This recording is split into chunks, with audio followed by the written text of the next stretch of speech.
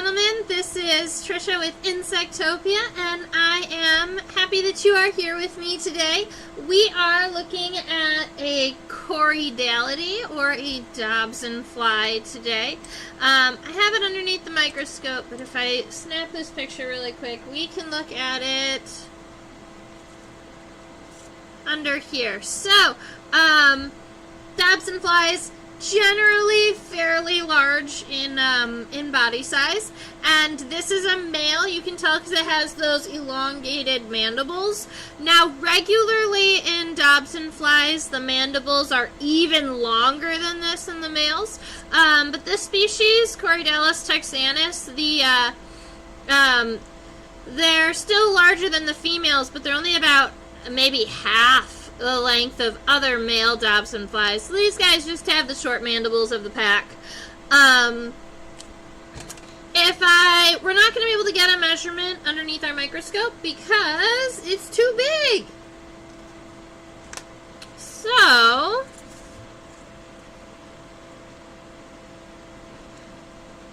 if I measure from the front of the head to the back of the abdomen, not the back of the wings,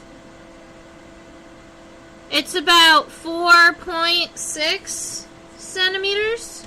So that gives you an idea of length a little bit. I can also, when it's underneath the microscope, I can give you the measurement of the mandibles, which is kind of cool too.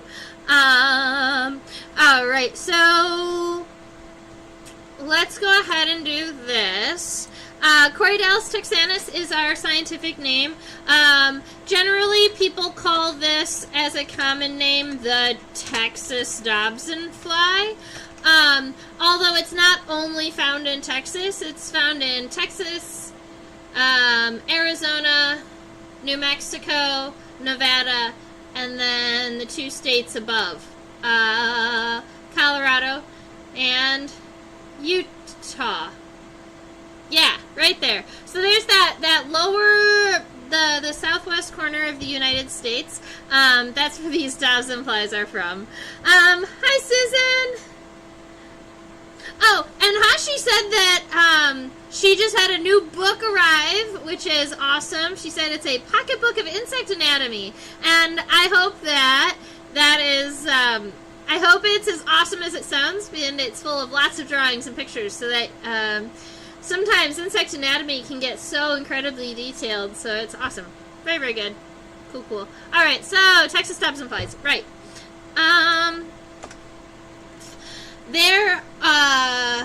We're gonna start here really quick. Corydality. Yeah.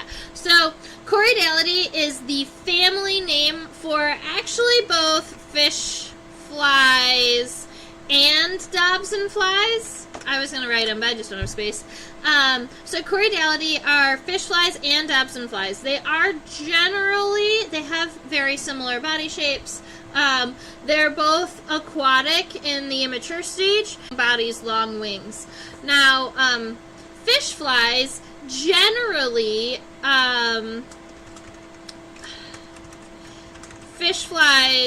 are generally going to have pectinate or serrate antenna. So they're either going to have antenna that look like a comb shape, where it's like a feather on one side, or they have their antenna look like little saw blades. Generally,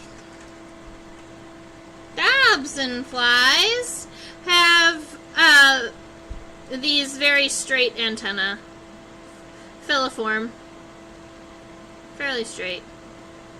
Alright, so we said Corydality is the family name, and funny enough, Dobsonflies are also in the subfamily Corydalinae, and then their genus is Corydalis. So they take that they take that beginning of the word all the way down, which means essentially that Corydalis, the genus, was the first identified in that family. So whatever the first identified is, they take the oldest name and they create a subfamily out of it. and then they take the oldest subfamily and they create a family name out of that. And so that's how, a little bit about how insect taxonomy kind of gets built. Yeah, they are the family namers. Exactly. The oldest genus identified in this family. Corydalis. And before this class, I was trying to come up with what Corydalis means.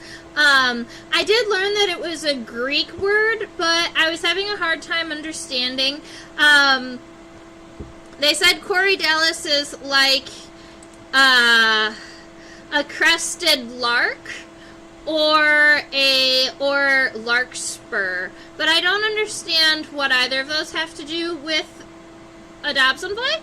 And then someone said a helmet crest. So I could almost see a helmet crest if you were referring to the really large mandibles of the male. Oh, what order are they in?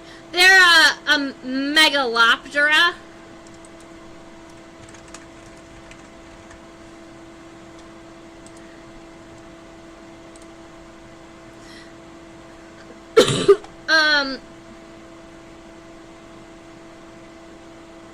I guess the only other, I was trying to think because Megaloptera are the Dobsonflies and the fish flies that I was trying to remember what else was in this family, and it's the alderflies.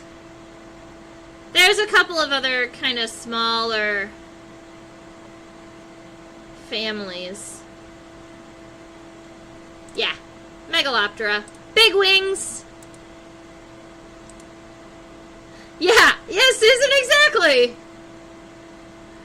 Larkspurs have long, sticky, outy spurs at the back of the flower. Oh, see? You know, that's awesome. So maybe originally they were the Dobsonflies were ID'd by somebody who is who plants were near and dear to their hearts. That's fun. Oops. Too dark. There we are. Alright, so we're going to go ahead and start sketching our friend here. I think we got enough of this figured out. I'm going to... And Texanus, when they put a state as the epithet, generally it's not because that's the only state it can be found, but because that's the first place that it was found. I absolutely love the markings on the head and the pronotum of this Dobsonfly. Like always, I like to go back and do a full body sketch, and then we'll zoom in at some of these individual pieces. Let me get the... I've been chatting so much that I haven't gotten my name on my paper yet.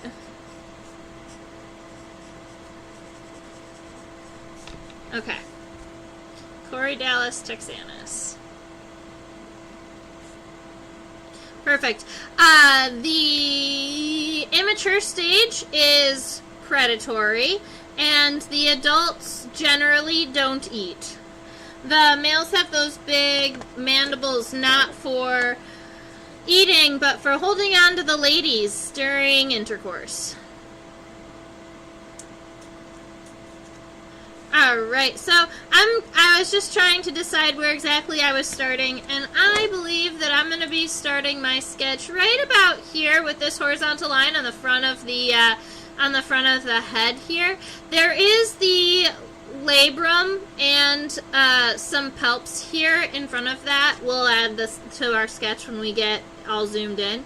But right here is gonna be the front of the head, and then it kind of comes back diagonal down, so we'll do something like this. This is one of those specimens that I have in the past made too large because I don't expect the wings to be so long, so I'm gonna shorten this up just a little bit. Alrighty, and then I'm just gonna give these kind of two parentheses type shapes to the sides. And then cross it over.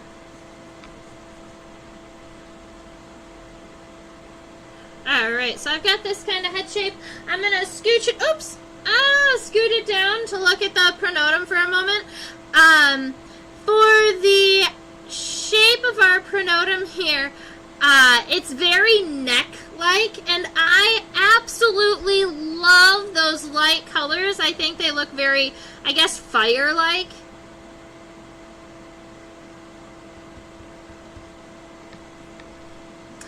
I don't expect the wings to be so long. You are right. They tried to warn me. It's in the name. But I always start drawing the head, and I draw it so big that I don't leave enough space. So we're going to try really hard this time to leave enough space. I think we've done it. We still have time to reevaluate, though, if we need to. Alright, so I'm actually going to be making this pronotum just a bit longer. Alright. And then underneath the pronotum here, that first segment of the thorax, you have the region in between the wings. And you know what? Let's look really quick.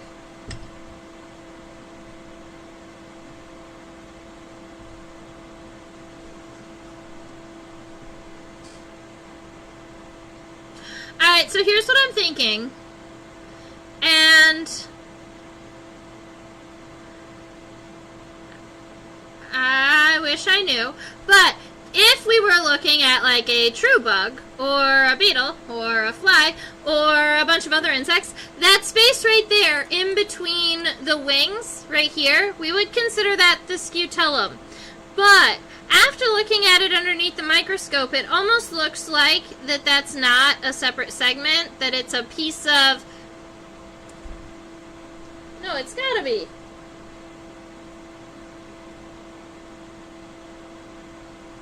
Well, moral of the story is, that segment there, I'm not going to give it a name because it's a different order, and I'm not sure if we still consider that region in between the wings in this order a scutellum. I'd have to ask somebody.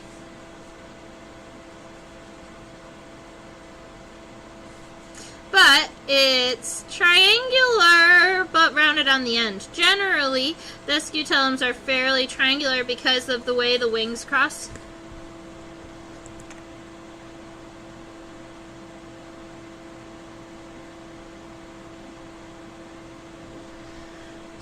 Alrighty. And then we have the incredibly long wings, so we can move through this really quick. But what I'm going to do is put it back underneath the paper so that we can get the ratios proper. So if you look at those white spots along the wings, all Dobsonflies have those white spots inside of the wing cells too. So let me just look at it really quick.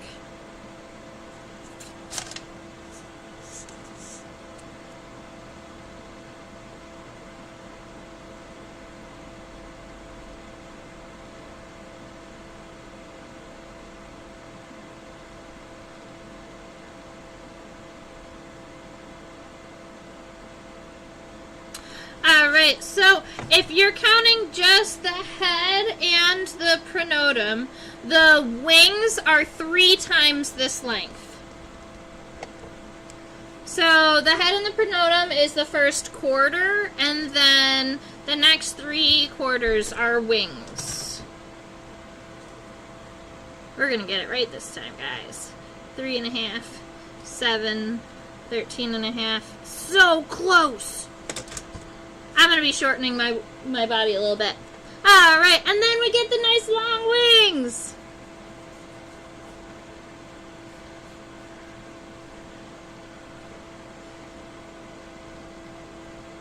So the bottom, the back side of the wings is something I'm looking at here. They don't meet evenly, and this is this is normal for Dobsonflies. They land with their wings slightly separated. So if we were coming up here, we would go all the way across, back down, and then leave it a point on this side, because then once you add the second one, this wing would have separated at the center and come down to a point.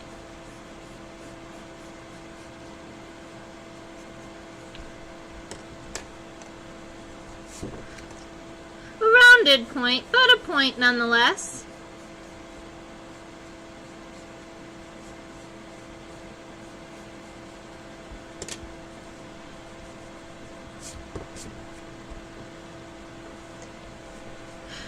And in this specimen, it is the right wing that's on top of the left wing, but I'm not sure if that is... I'm not sure if it's like humans and they can be left-handed or right-handed, or if that's a characteristic of the musculature. We're gonna call that pretty good. Alright, so I have the wings situated. I know that I'm going to be shortening the head just a little bit to make it all fit. And I want to add the mandibles, a light sketch of our mandibles before we zoom in and start adding all the cool features. So they get added here on the little mountains of the head. And we go up. And they do run parallel to one another up until the very end where they fold over and are pointed.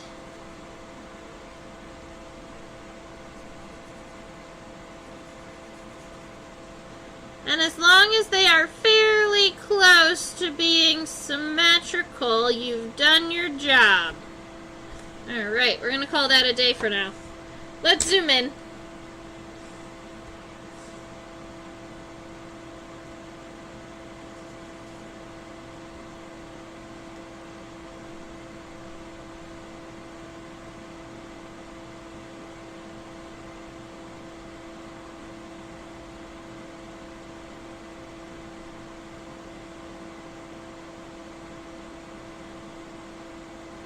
They're just so cool. I got distracted for a minute there. So, I'm going to zoom in on this eye right here because it's getting some good light, and I know that we have some friends here that really like textures. The other way.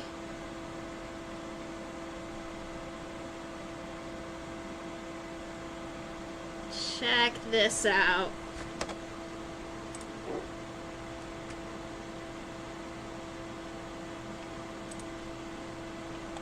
It's a compound eye!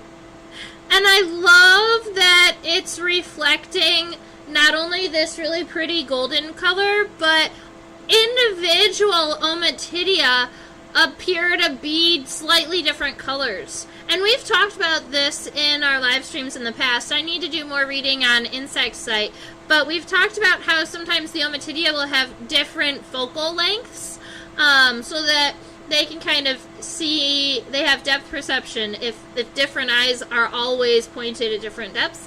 And I wonder if the range of color in the ommatidia or those individual lenses is because of that.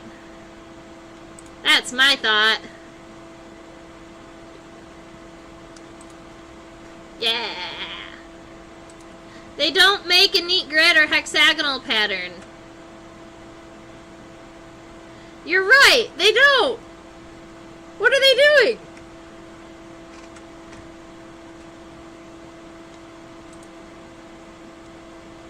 That is kind of cool, though. You could almost see, there are almost some arches right here. Just like this. Like a rainbow, like a, and then there's this circle of them here.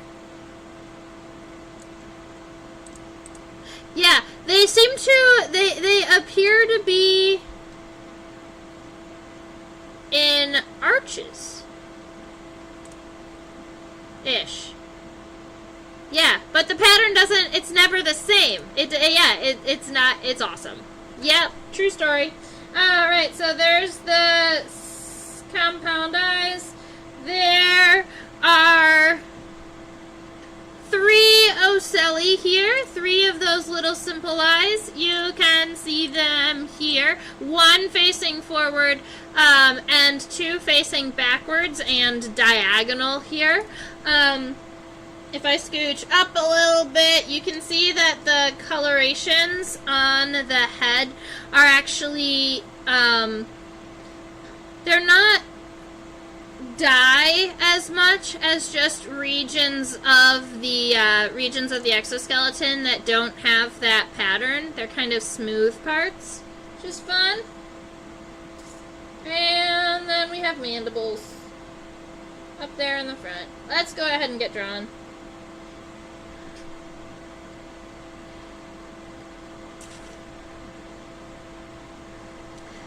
I'm getting distracted.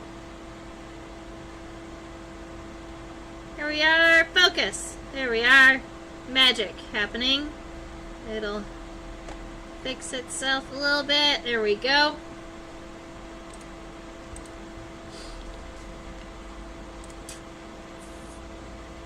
So I actually want to start at the back of the head, because then I can make sure the head shortens up just a little bit. So, where the head touches the pronotum, it isn't a perfect line. It does arch out towards the head, so I'm going to just erase some of this stuff and kind of fix some of these lines here. So you have an arch that kind of goes towards the head here. Our edges aren't completely round. They do start kind of at a diag, but I can use this sketch line to help me get all of my sizes of things right. Okay, so from here, there's the 2 parentheses that go all the way up to the base of the mandibles, right about here.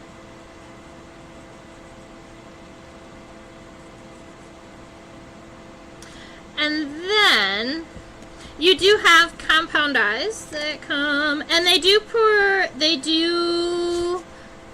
are kind of outside of this line for the head. So you want to start the compound eyes on the inside and then arch them out in both directions.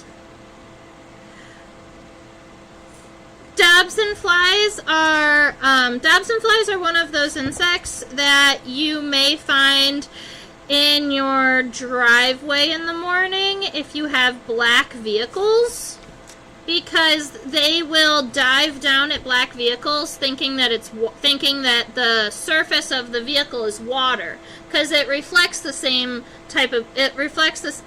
moonlight the same as water, so they'll dive down thinking they're going to lay eggs near the water. And then hit it hard.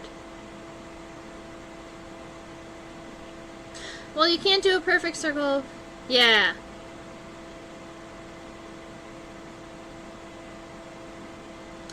Oh, it reminds you of a... Sorry, I wasn't reading the comments for a minute. It reminds you of a crystal formation in which there are flaws that break off the tessellation. That is a great... that's a great comparison. I love that. Do I have any female Dobsonflies? They do have effective chompy mandibles. The females are going to have incredibly strong mandibles. You don't want to be bit by one. I don't have any female Dobsonflies. I do have fish flies that have fairly strong mandibles, but they're not really the same for comparison.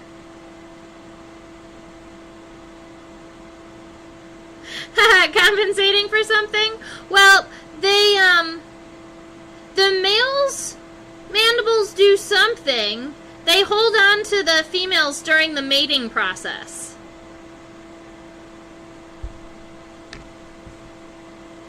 Alrighty, so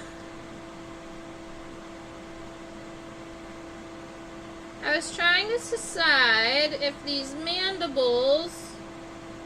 They do not. I was trying to decide if the mandibles were flat here, but they are not. They're connected in on the edges of the head. So right here on the edge, there's a little edge right here above the compound eye, and then it comes diagonal towards the center. And there's actually one more ledge before the center. Like this.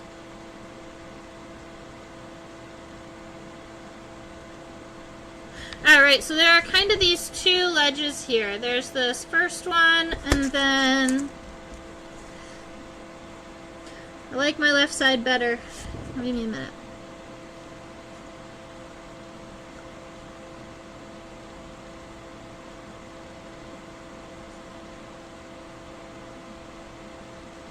Alright, so essentially there are these two ledges in here that the mandible is going to be worked around.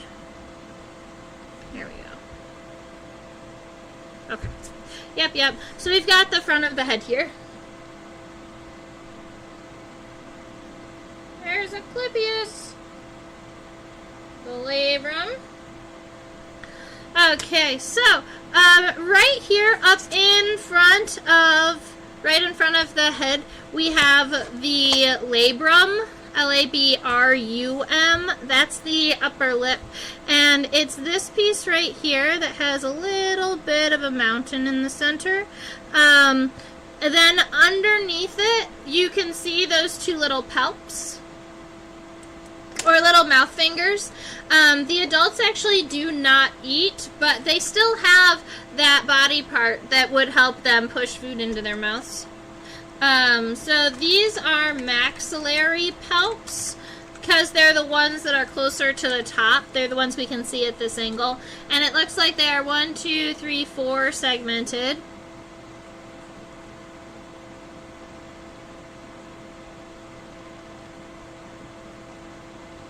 That's a small detail, so it's really hard to see all of the individual segments. But we can zoom in on them, so that's cool.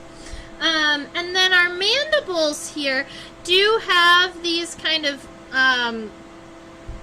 stripes that I kind of like, and they go all the way up to the top. They are not perfectly smooth. You can see that they do have kind of rough edges.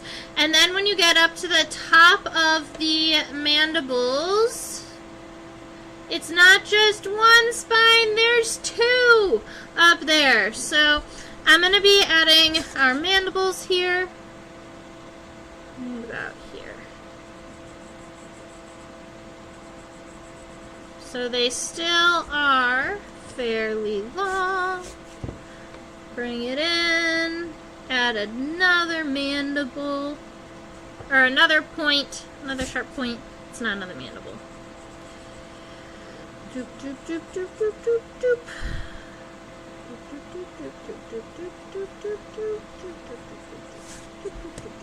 Okay. He's so cute. I love him. Alright, I'm going to add the little omatidie in there. I also want to add the ocelli. Spelled this way, if you are labeling your specimen.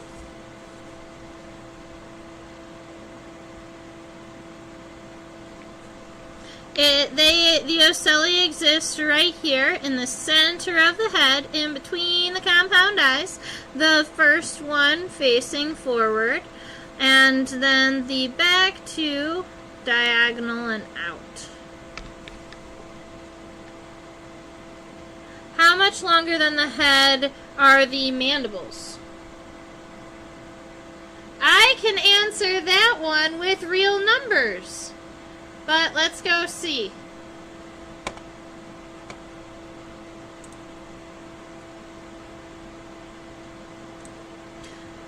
How much longer than the head are the mandibles?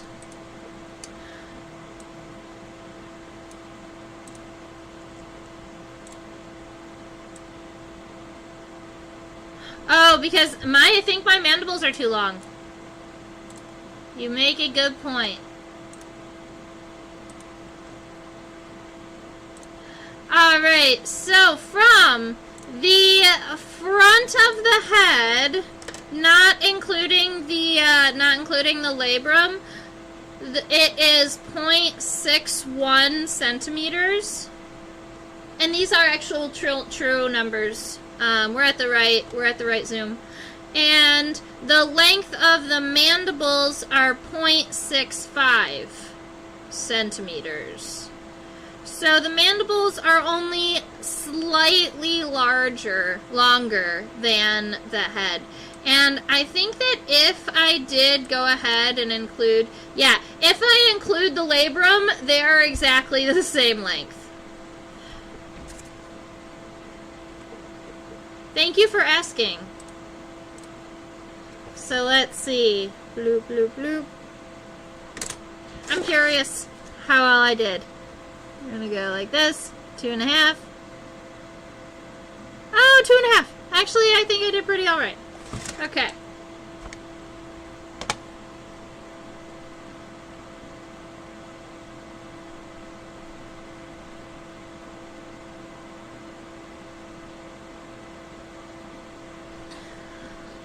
Alright, I think it's been a minute since I've mentioned the names for the antennal segments, so I'm just going to go ahead and throw them on the board. They are scape, pedicel, and flagellum.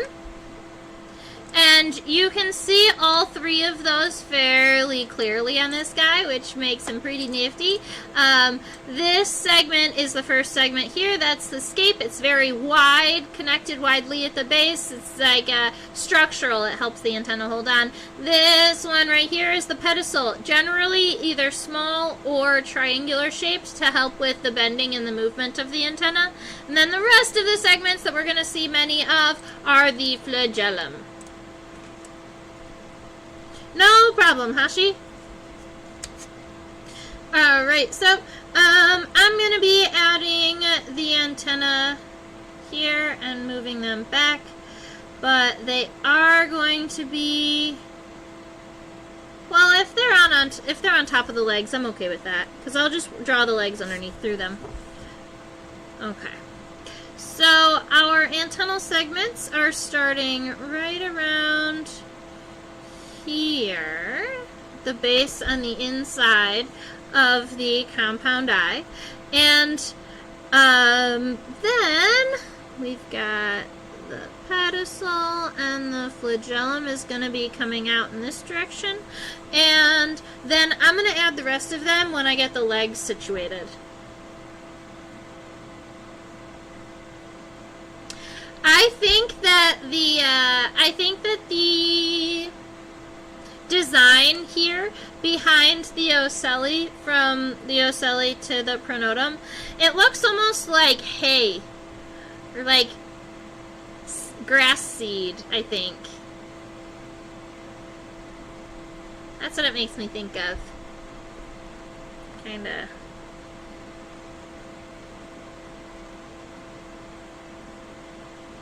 Kinda pretty, actually.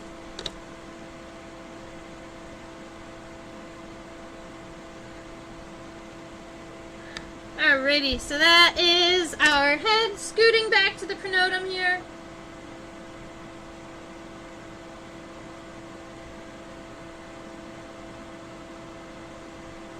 I can even get you a percentage-wise from the length of the head to the length of the pronotum. Actually, oh, I never got rid of those little rulers. Need to do that, so they're not in the way. Okay. The length of the pronotum is 0.47 centimeters.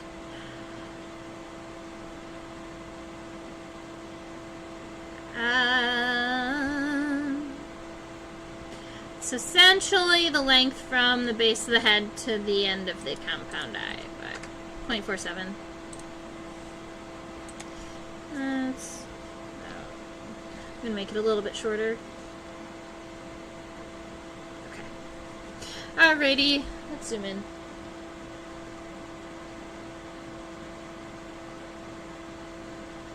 So when I had zoomed in the first time, the front of the pronotum here is, has kind of like a bend in it. There's a fold in it. So we have this arch here, which is the kind of the front of the pronotum, but we're going to be drawing another parallel line to that because there's a really tight fold in here. The edges of the pronotum are not perfectly even, it looks like. I might draw them that way though.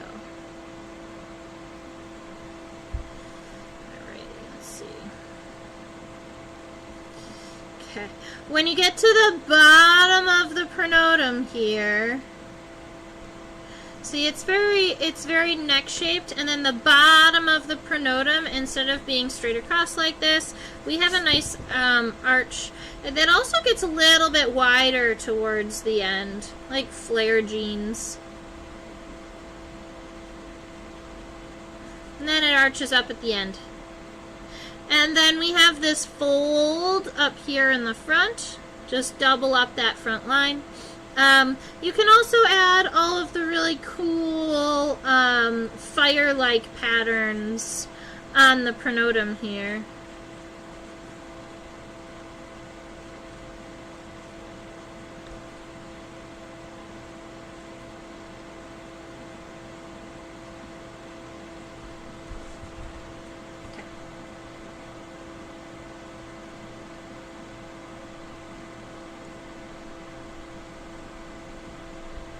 So this region that makes me think of a scutellum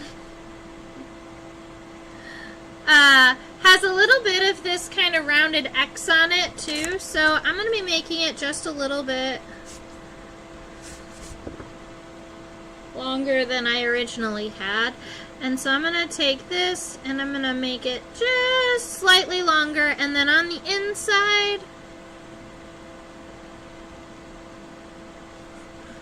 kind of wavy looking X.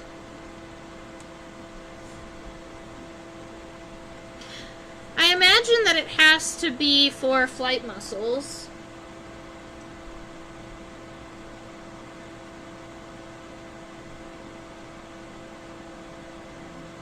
You can hear these, you can hear Dobsonflies flying. And if you look at the base of those wings, it looks like they have some pretty strong muscles there. I'm going to go ahead and just put the common name here.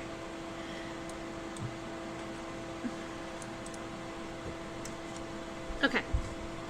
So they're coming out from the edges and then falling back down, it looks like. So we do have this little bit of an edge that goes out before the wings fold back in. It's hard from this angle to see that, oh, there it is, to see that the right wing is on top, but it's right here, and then the wings cross at this point down here. So you can see this one comes this way, this one comes this way.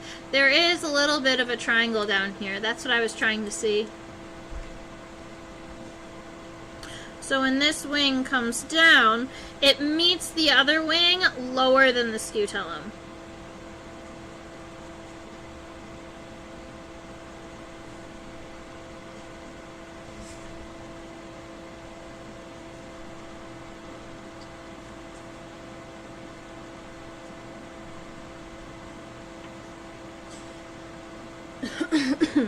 And this Dobsonfly does get slightly wider before it gets narrow. So I'm going to go ahead and take this picture and then put the Dobsonfly underneath the desk camera one more time. Oops. There.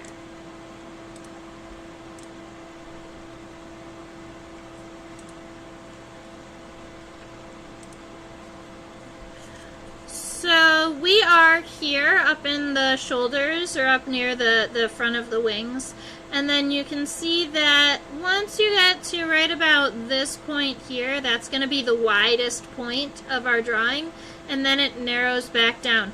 And it almost Yeah, those points of those wings line up with the shoulders.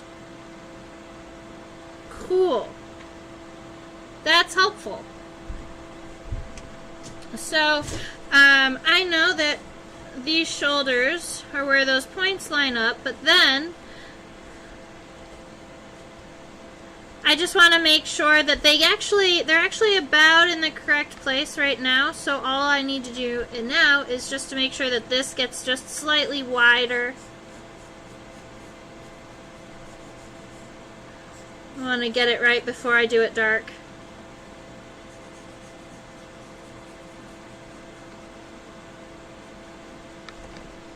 Yeah! Alright, let's do it.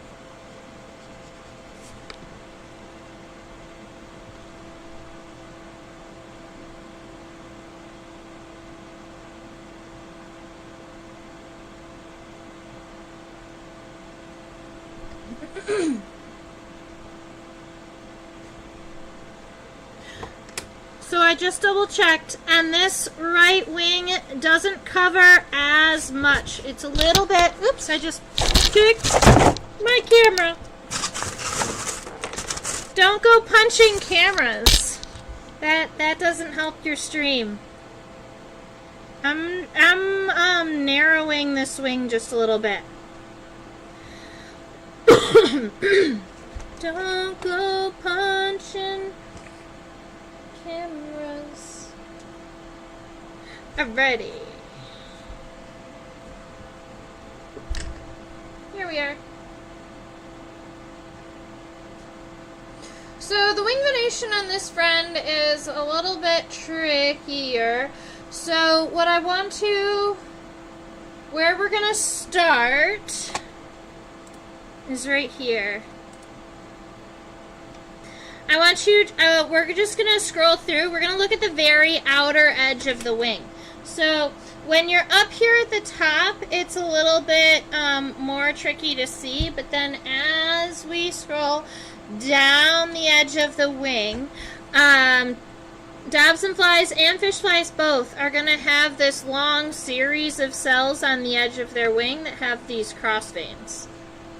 Here. And then it goes all the way to the very end, down here.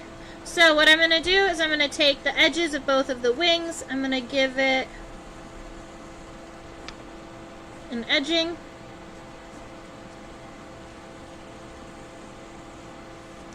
And then a whole bunch of veins that cross out. Now, if we were doing something like a butterfly or a moth, every single one of these veins would matter. Because it's more of a because it's a Dobsonfly, these veins don't matter as much, but the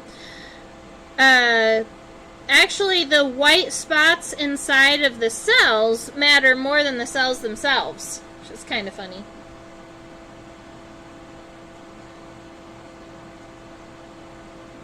And then if we look at kind of the repeating pattern, essentially, of the wings on the top half of, or the veins on the top half of our wings.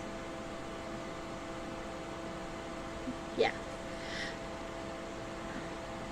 The anal vein here doesn't branch. It's the only one that doesn't. It's the one here.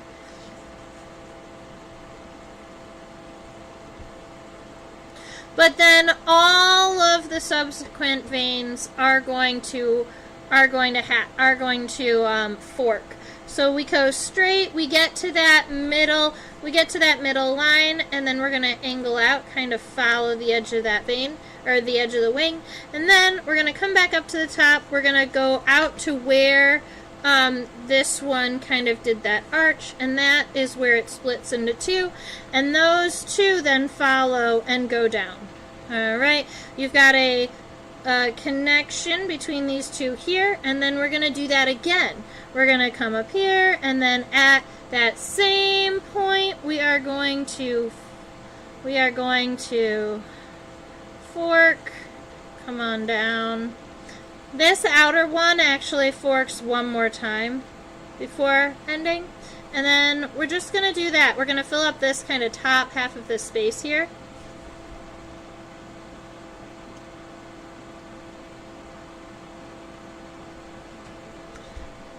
And then it starts to move kind of further down in this direction.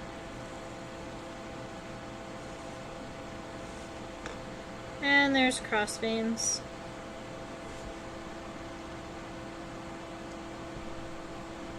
When you get to the very end, the bottom of the wing, it's a little bit different because it's not radiating from this point. These final veins are actually coming off of this top one here, and they're coming essentially down like this, and then there are boxes inside of them. And if you look really closely, each one of these individual boxes are kind of arched out. So if we were going to go back and add lots and lots of detail to these veins, that's one of the things that I would do. I'm also going to create a vein that kind of connects these two things. But, so you have kind of three areas of the wings, kind of three textures. You have this outer edge that has all these cross veins. You have the forks, and then you have the bricks.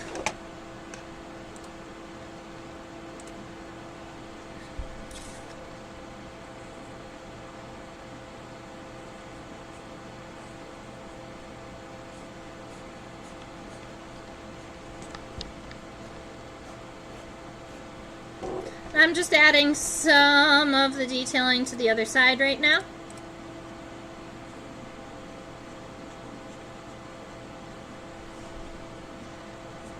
Alrighty.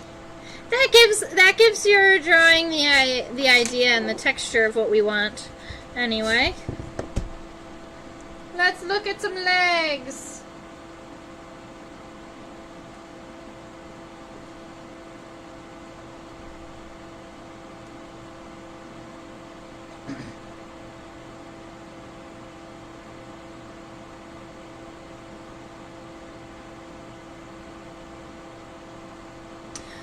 Looks like we have, oops, there we are,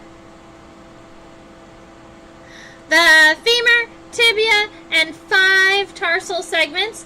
These legs are incredibly narrow. They're very, very thin legs. They're not really great at running. They are pretty good at holding on to their environment. So if you look at the very end of their legs, they do have these tarsal claws that are pretty long. So if you ever have one kind of walking around on you and you try to pick it up, you'll feel it stick to your finger. And if you try and take one off of your clothes, it kind of picks up your clothes a little bit as you're trying to remove it. So sometimes that can startle people. There are a good number of beetles that are also like that. They have those really big tarsal claws. Okay. So the first pair of legs is connected to the back side of our pronotum here. The femur goes up. I can zoom in, I guess, a little bit better on that.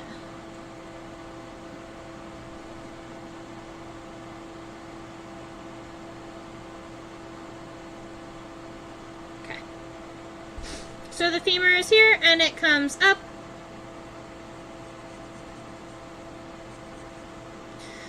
And the tibia is going out. There is a little bit of a tibial spine that you can see there. That very, very light spine towards the bottom. And then you have 5 tarsal segments. I'm going to be making mine go more up, less out than this one. But this first one is rectangular. 2, 3, and tarsal segments 2, 3, and 4 are all very triangular segments. And then 5 is elongated with claws.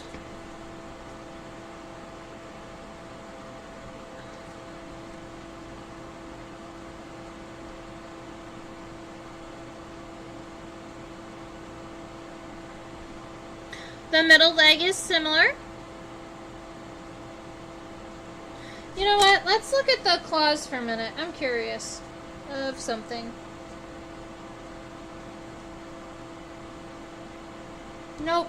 I was wondering if they had any type of fun detailing on their tarsal claws, if there were 2 hooks. So sometimes they'll have little pads in between their tarsal claws. These just look like really strong hooks.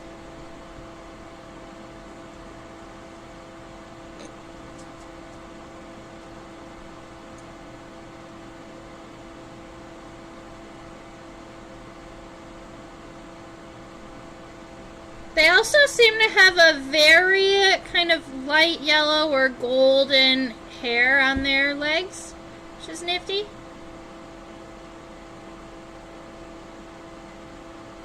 Okay. Their middle legs are coming out from right around here. The femur is angled up. And then the tibia is down, positioned down. Nice and narrow. And then you have the 5 tarsal segments, although I think the tibia needs to be even more narrow than that. Maybe the femur. I need to make them approximately the same width, so I needed to decrease the width of this femur here.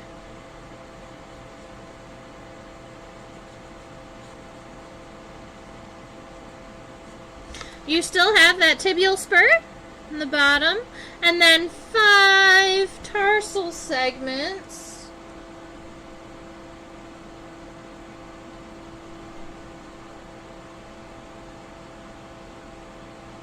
One, 2, 3, 4, 5. So that one, that's that nice long rectangle where it starts, is that first segment, and then 2, 3, 4. And then 5 is elongated with the claws. The claw!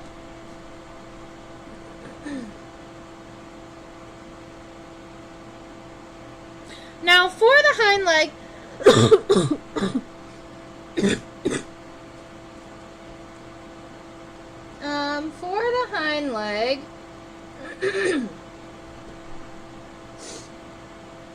it's a little trickier to see where it comes out from underneath the wings because the hind leg does tend to stay pretty tucked. The abdomen, if we were going to add kind of a shadow in here, the abdomen is not as long as where the wings connect, so it ends prematurely to that. So you could almost add this kind of darkened region right here in the center to right before as where the abdomen is.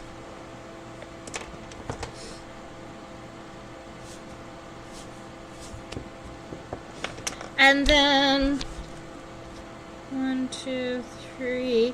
So this is where the last segment of the thorax would end. And if this leg was going just backwards, you would have from here to here the femur, and then maybe a little bit you would see some of the tibia and then the tarsal segments. So we're about halfway down the wings where the end of the tibia will come out.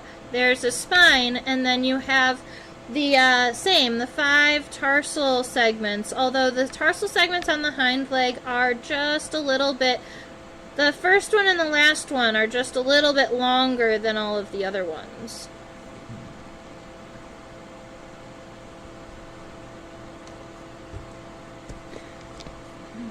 Might even want to make that one longer. No, it's about there. Anyway.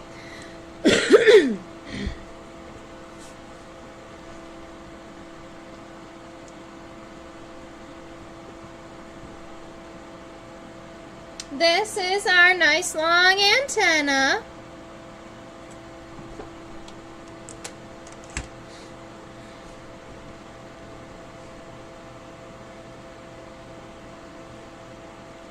If it went down as long as it could, it would go down about a third of the way down the wings. Yeah, about a third of the way down to the wings. But I want to wrap my antenna forward like this one has. I think that'll be cute, and I'll just do it on this side. So I'm going to take my antenna here and fold it up and around.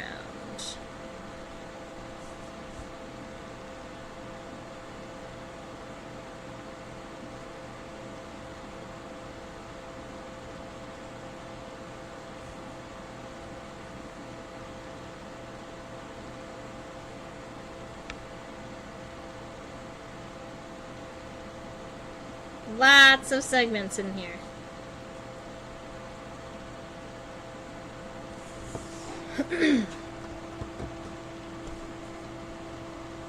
And that is the Texas Dobsonfly.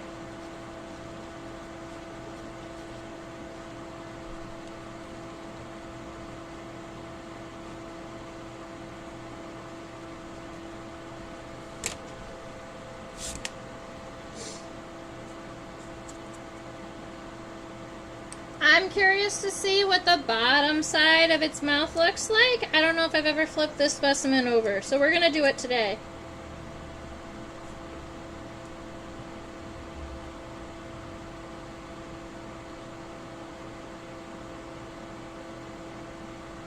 Cool!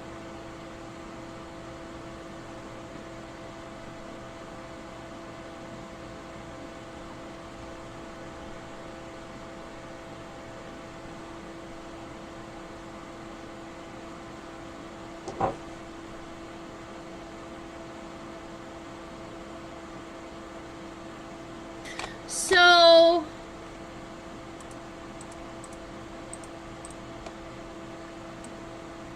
this here and here, those are labial palps connected to this piece here, which is the labium, the bottom jaw.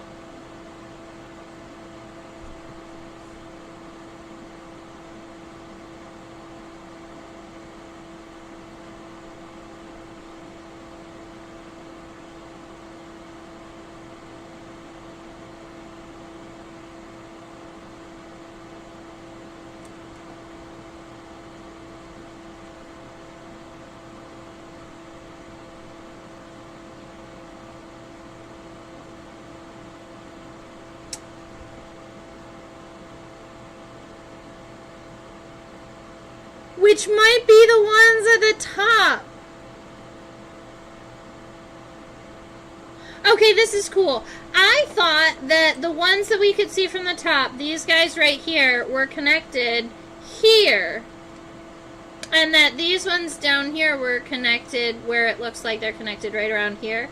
As it turns out, these ones that are in front are actually connected more basally. There's another 2 segments on them, and they're connected way back here, which would make these ones up in front the labial palps, and this one, these short guys, maxillary palps. Cool. Yeah, those are the fun types of things I noticed. I didn't know that was a thing. That's cool.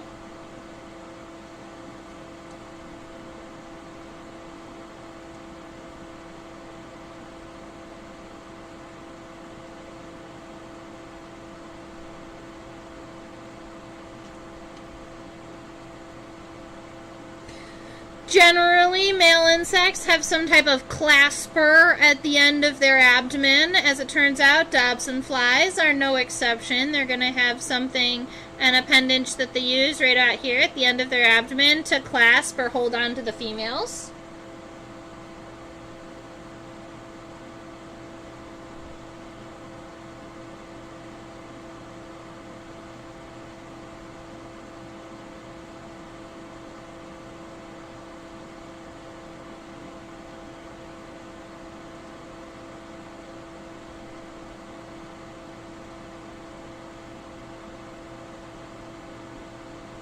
I was just checking a couple things. I was checking to see if I could see any spiracles or any, if I could see through the exoskeleton of the abdomen, but I'm not having too much luck. So that is our Dobsonfly. That's my sketch for the day. I haven't seen any more questions or comments from my friends here. Do you have any ideas as to what we want to draw next week? Because I've been feeling like we should... Oh, you know what? I have a whole bunch of specimens that I just got off of the pinning board.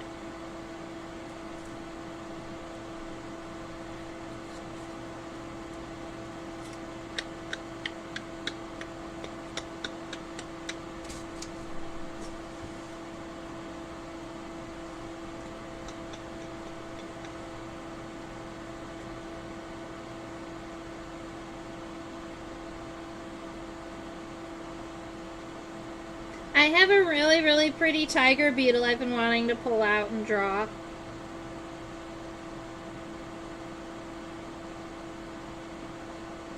It's been a while since we've done a tiger beetle, right?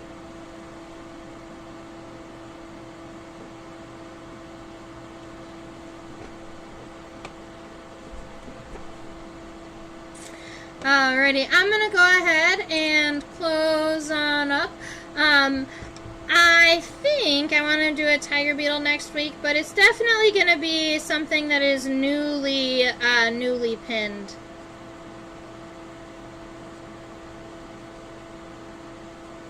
Alright, I hope.